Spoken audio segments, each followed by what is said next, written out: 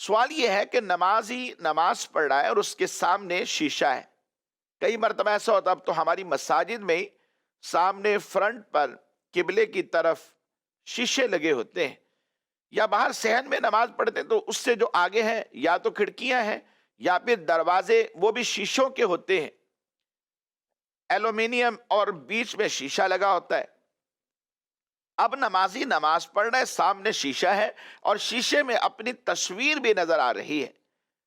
تو نماز کا کیا سٹیٹس ہوگا؟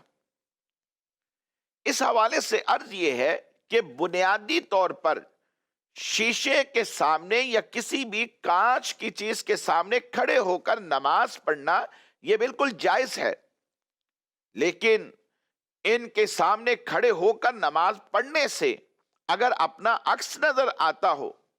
اور عکس دکھائی دینے کی وجہ سے نماز میں توجہ بڑھ جاتی ہے،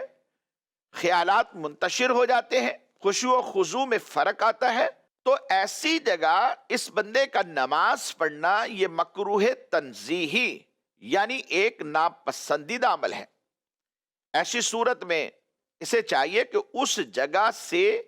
ہٹ جائے، یا وہ چیز جو سامنے ہے جس کی بنا پر اس کے خشوع و خضوع میں فرق آ رہا ہے، کیونکہ خشوع و خضوع جو ہے وہ نماز کے اندر مطلوب ہے، اب اگر اسے ہٹا سکتا ہے تو ہٹا دے،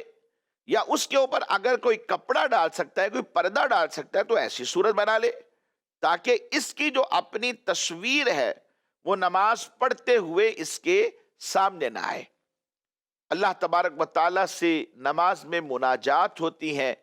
اور اس حالت میں خشوع و خضوع کی انتہائی اشد ضرورت، اور نماز میں یہ مطلوب ہے۔ اگر اس صورت میں اس کی توجہ بڑھ جاتی ہے، خیالات منتشر ہوتے ہیں، تو پھر ایسی جگہ سے ہٹ کر نماز پڑھے،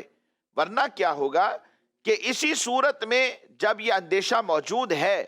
تو نماز شیشے کے سامنے کھڑے ہو کر یا کانچ کی اس چیز کے سامنے کھڑے ہو کر پڑھنا یہ مکروہ تنزیہی، ناپسندیدہ ہے۔